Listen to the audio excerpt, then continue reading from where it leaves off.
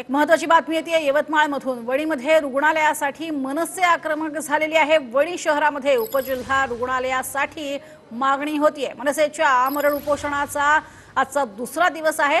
राजू उंबरकरांसह 12 कार्यकर्ते उपोषणाला बसलेत। मागणी मान्य होईपर्यंत उपोषण सुरूच ठेवणार असं सांगण्यात आलंय। यवतमाळमध्ये 7 वर्षांपूर्वी मंजूर झालेलं आहे खरं तर रुग्णालय।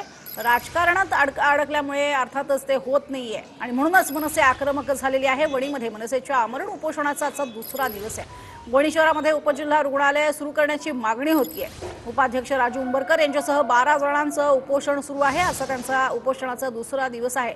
मागणी मान्य होईपर्यंत उपोषण न सोडण्याचा मनसे नेत्यांनी निर्धार केलेला आहे। यवतमाळ जिल्ह्यातील वणीमध्ये आतापर्यंत 500 कोरोना रुग्ण आढळलेले आहेत। वणीमध्ये कोरोना रुग्णांना उपचाराची सोय नाहीये आणि म्हणूनच मनसे आक्रमक झाली आहे। कोरोना रुग्णांवरती उपचारासाठी उपजिल्हा रुग्णालयाची मागणी अगदी जोरदारपणे मनसे कार्यकर्त्यांनी लावली आहे।